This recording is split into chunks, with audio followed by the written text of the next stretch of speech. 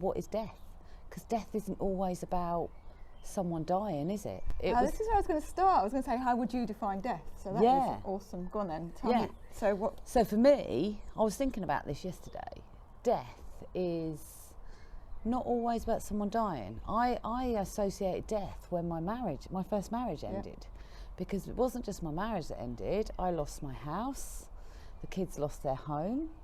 They lost most of their family because everybody shut us off, where they always had a really good relationship with their cousins and their grandma. And so it wasn't just about Martin leaving, it was the fact that the kids never saw their cousins really again. Once or twice they've seen them in the last 13 years, you know, where they used to get together and socialise all the time. You know, it was Christmas time and I sat there and I thought I could stay in this house, but at some point I've got to deal with it. So I walked away from my home. We had to sell the house. I ended up in rented and picked up a load of debt that I didn't know existed. And my whole life just went bang. There's like no money coming in. What do I do? What do I do? My whole life in this house that we bought that was going to be my forever home just went wrong. And it was like an end. And it ended. To that was one way of life just went, ended. See you later.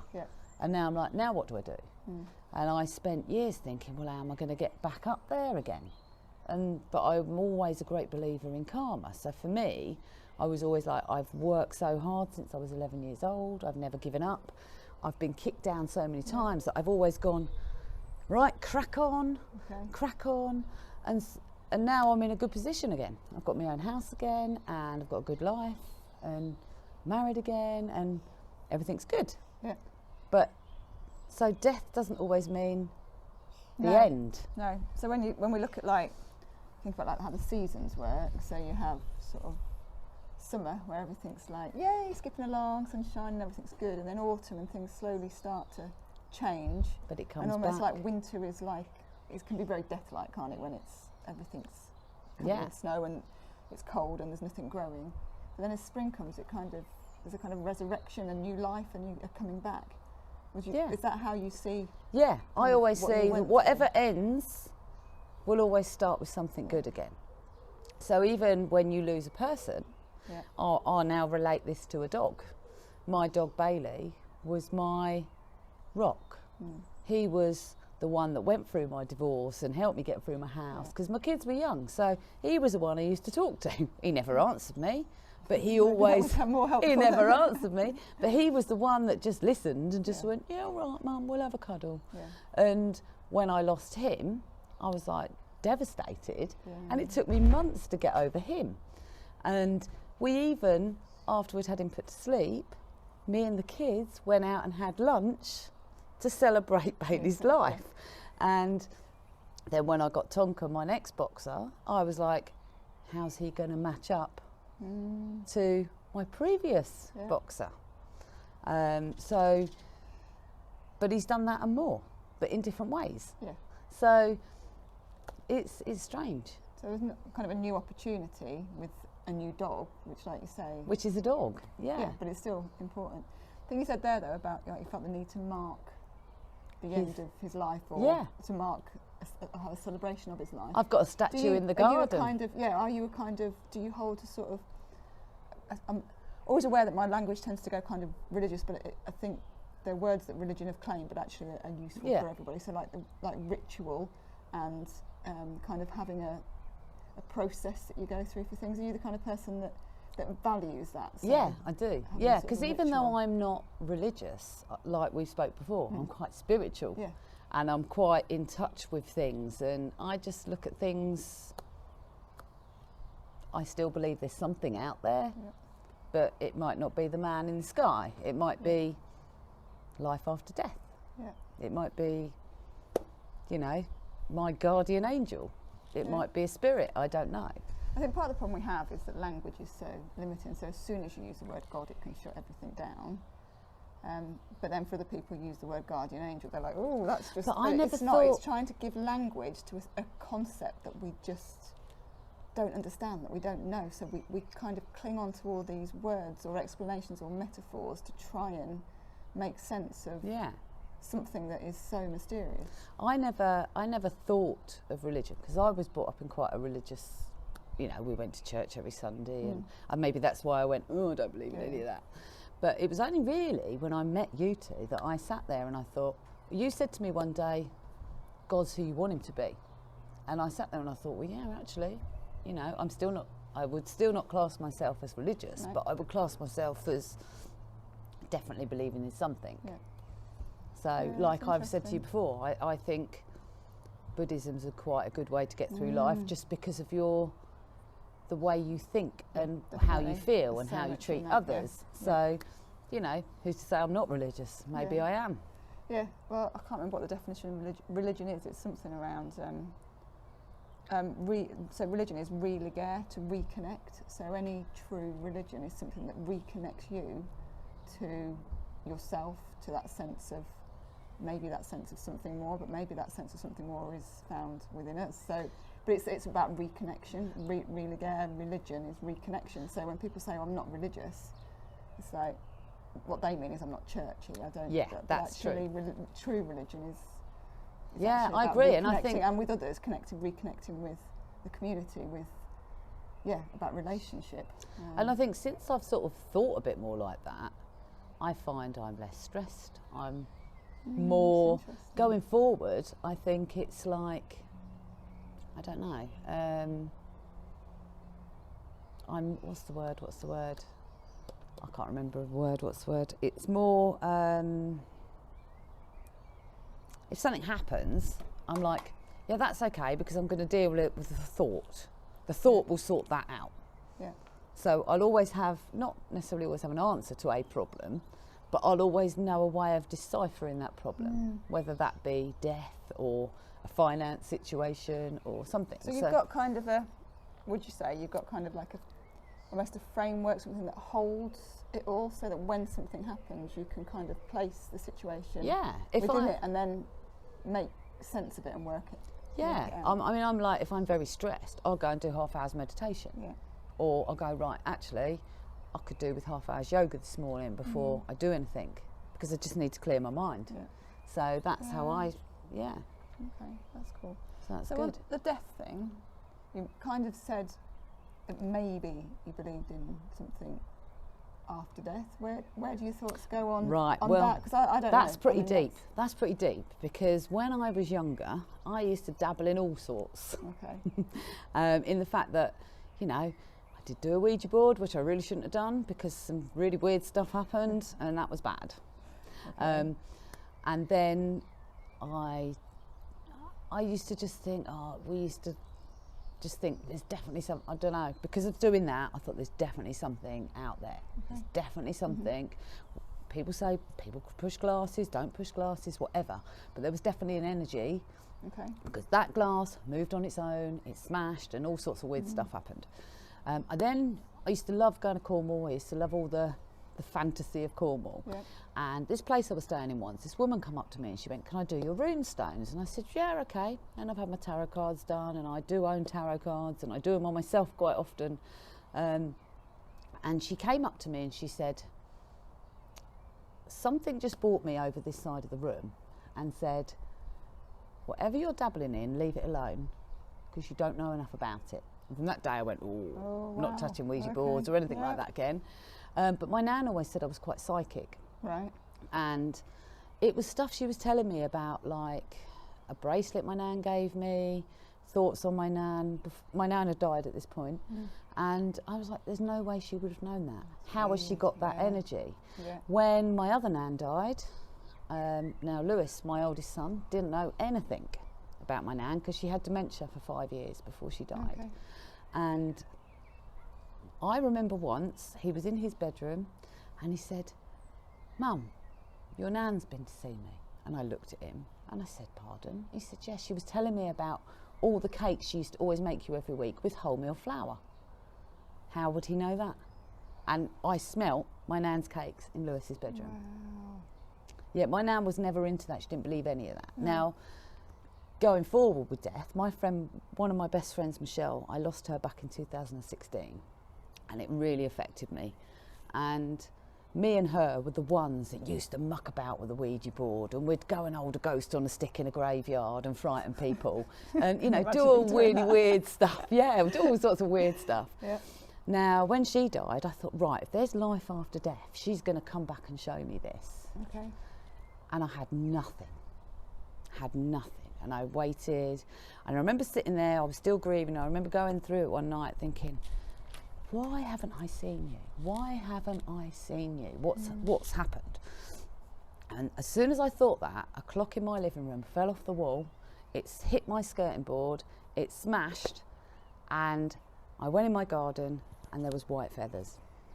Wow, okay. So that's my thing. Yeah. But I also think you've got to be open enough to see it. And as you get older, I think you close that down a little bit. Yeah, maybe. But that's all I've had. Okay. That's all I've had from her. Never seen anything else. Okay. But that maybe was her sign. Yeah. So, are you happy to talk about her? Yeah, yeah. So, tell me about her. How long had you known her? What was? I met her when I was 15. We worked together in the chip shop, and we did everything together. We fratted about together. We got drunk together. We went on holiday together. We split up boyfriends together. You know, we did everything. Yeah. Unfortunately, not unfortunately, but she had her first child at 22. Right. She was 18 when I met her, so she was 3 years older than me. And obviously we was at a point in our lives where we were going out clubbing, all the rest of it, Yeah. and she had her baby. And no, we didn't leave her behind. We'd still go around and we'd still see her. But her way of entertaining herself was to sit at home and be absolutely drunk because she knew we was out Saturday nights partying, which turned into a massive problem, and she turned into a massive alcoholic, to the point that towards the end, I mean, she ended up homeless, she burnt her house down, you know, there was lots of things that went on. She moved up here and I had a caravan, and she lived in my caravan on my drive for 3 months till she got somewhere to live, just because the rooms were full. Yeah. And she stole off me.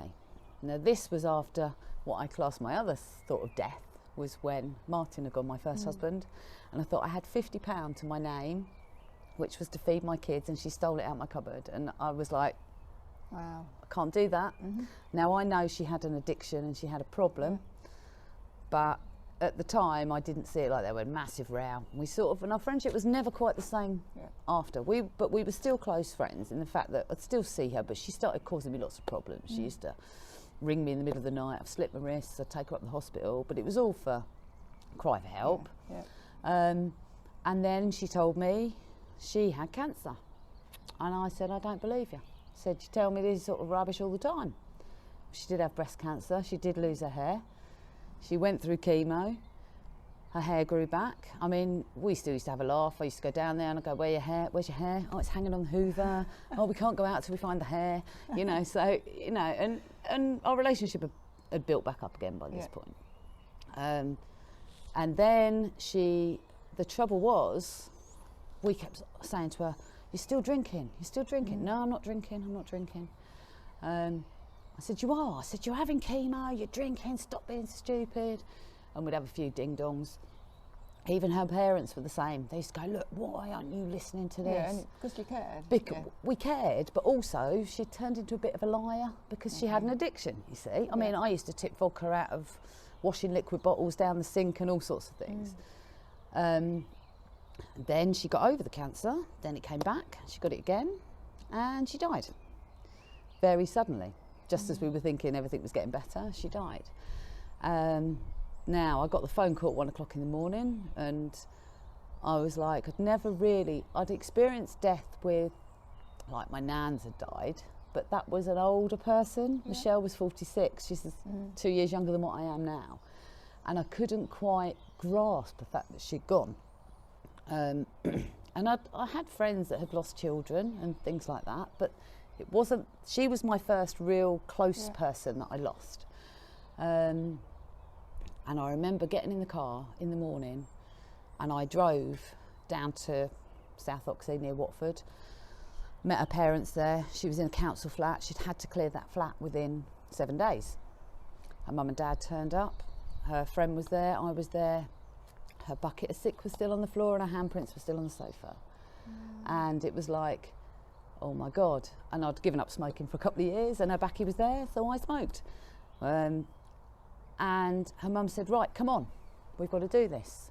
And literally, we cleared her flat and her entire life was in the bin by 1 o'clock the next morning.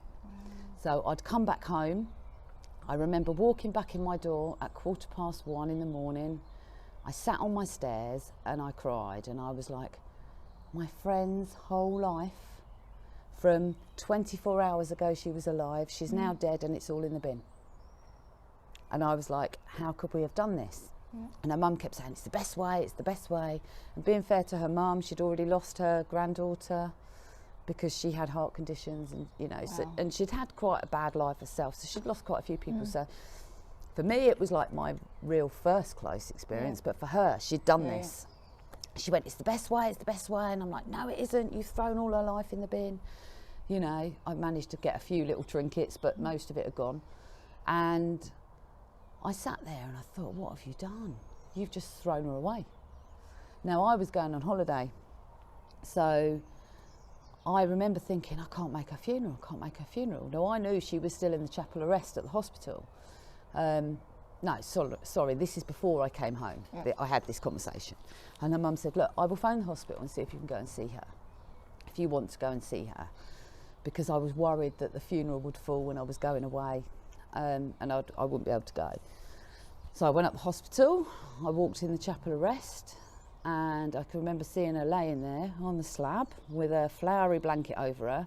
And they'd warned me, they said, look, she hasn't been here long, we've only just taken her tubes out.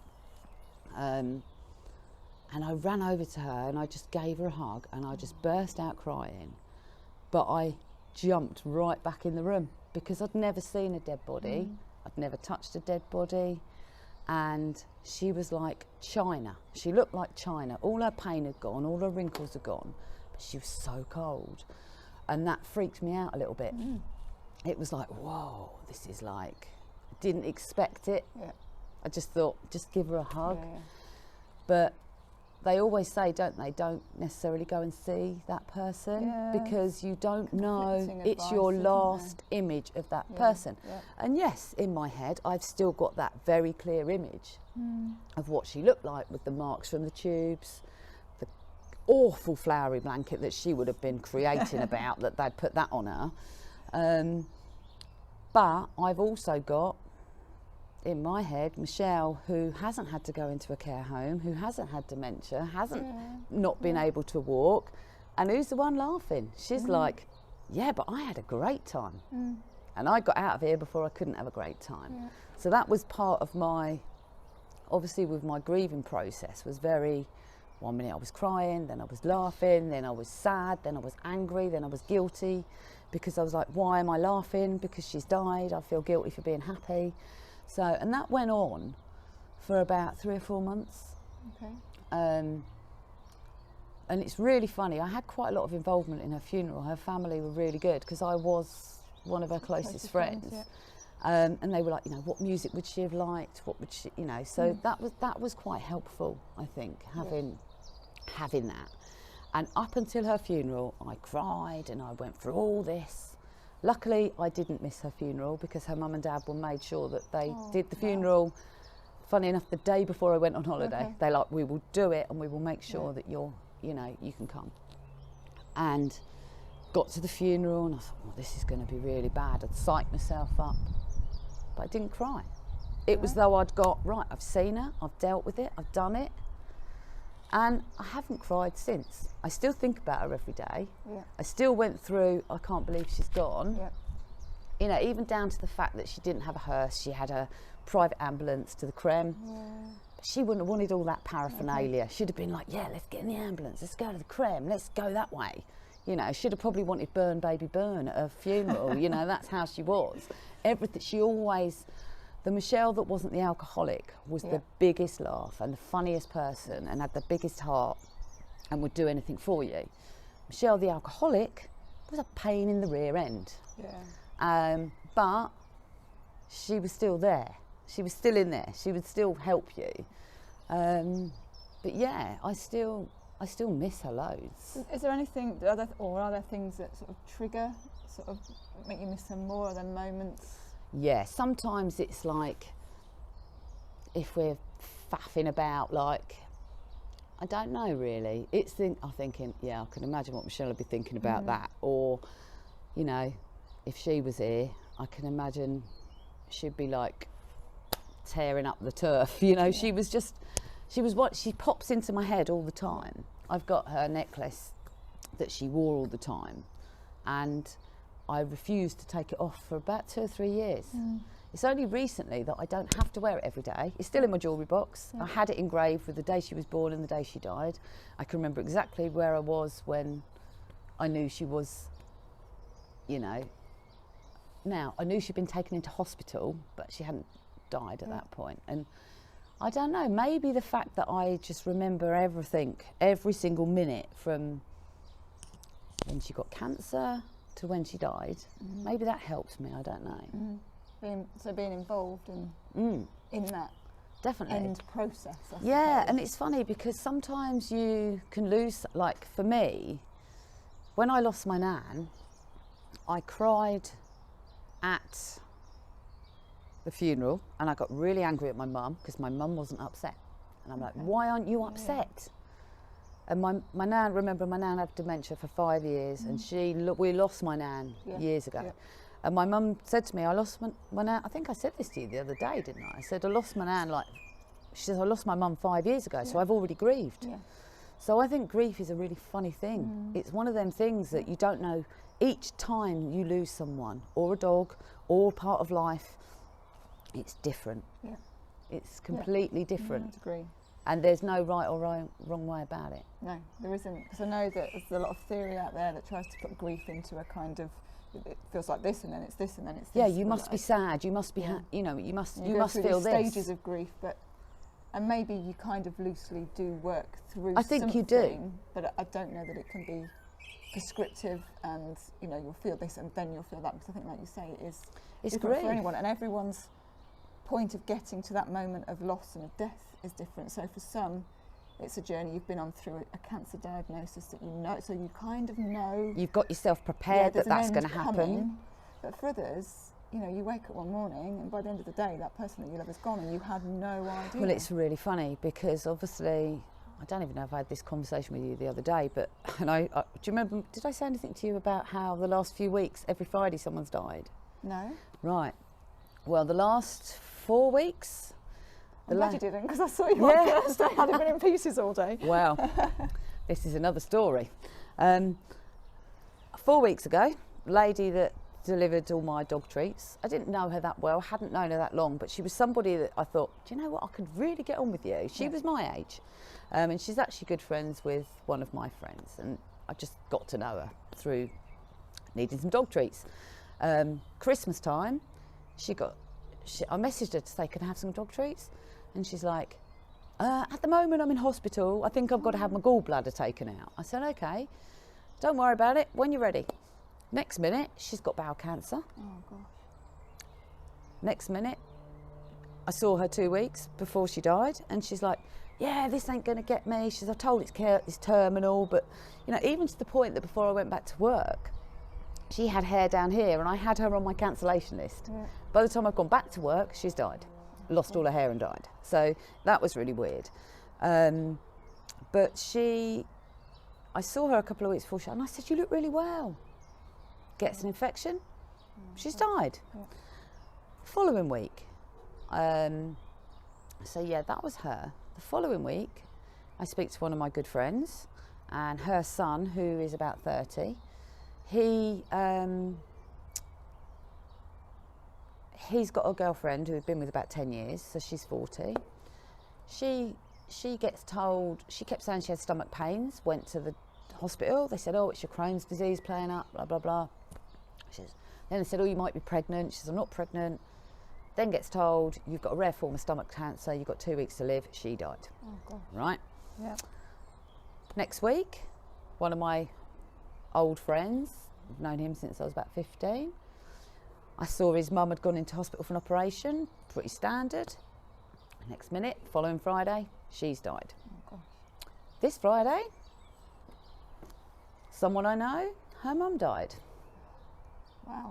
4 Fridays. 4 Fridays in a row. But I have not been affected. It sounds awful if I say I haven't been affected by their death. They're all people I know. Yeah. They're not necessarily people I'm close to. Yes, I'm sad, and it's very sad for the family and the friends.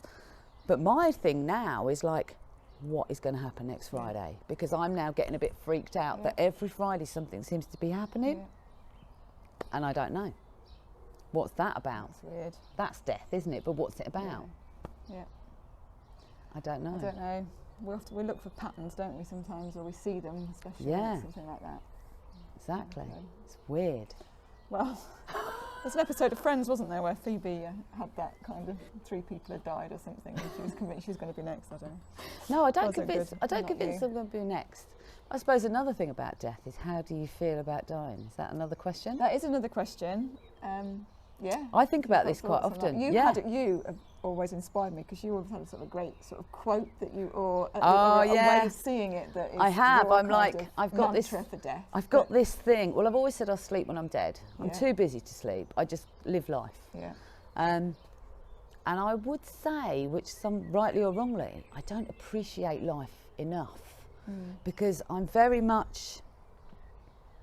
As long as I've had a good time when I'm here, the number I go doesn't matter. Okay.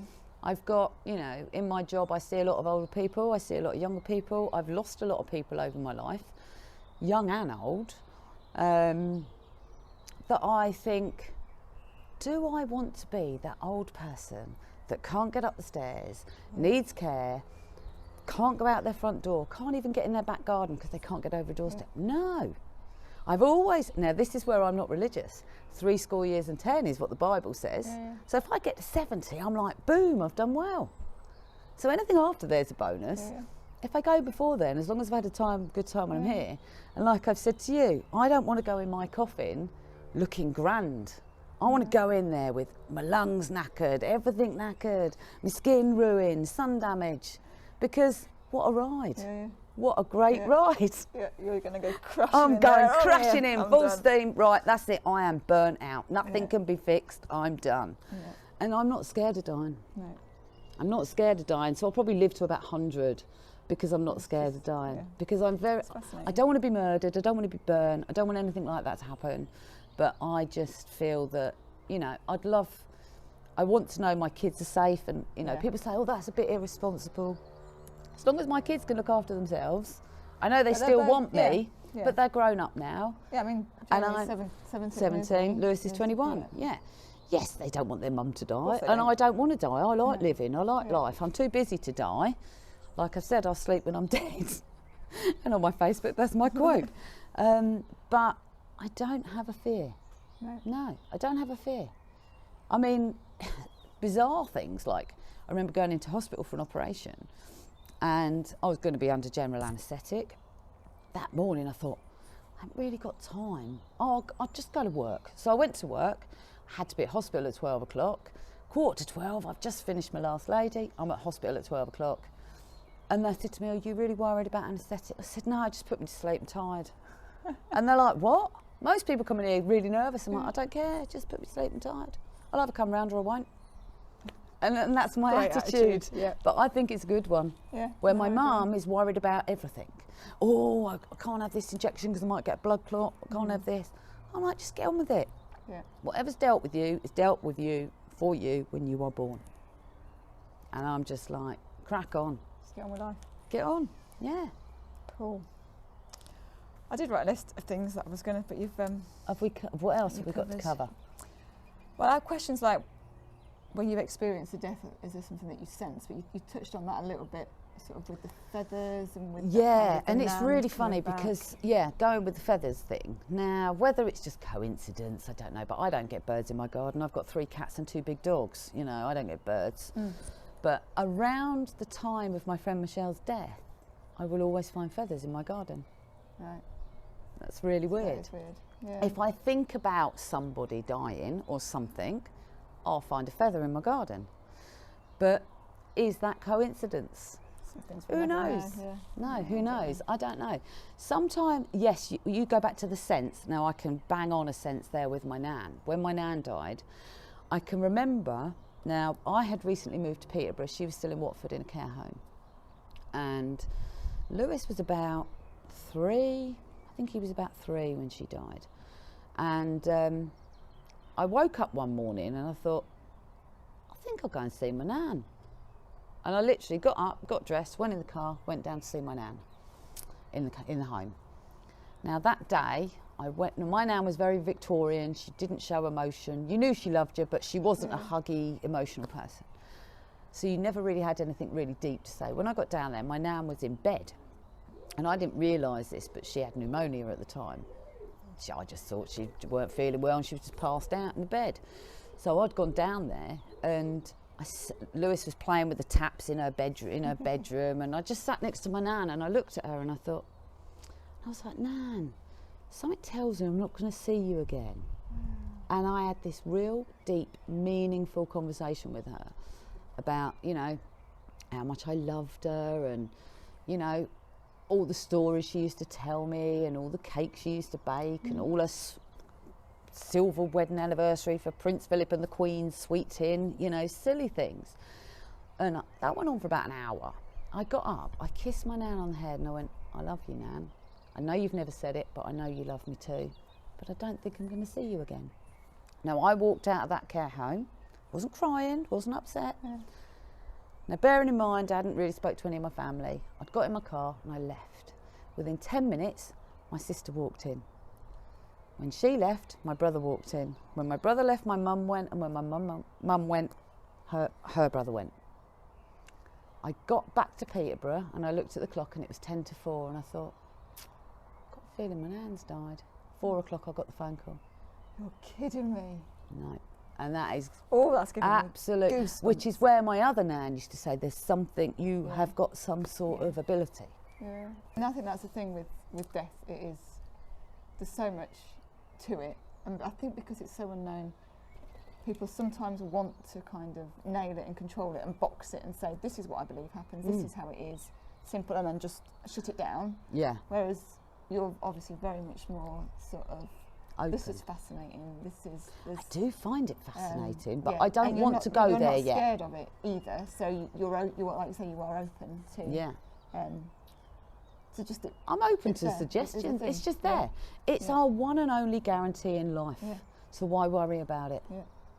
Why worry about it? There's nothing we can do about it. It's going to happen to each and every one of us. So why don't you live rather than stress about dying? Yeah. Yeah. Why don't you just keep living? Attitude. Yeah, just keep living. So good. Right, well, thank you.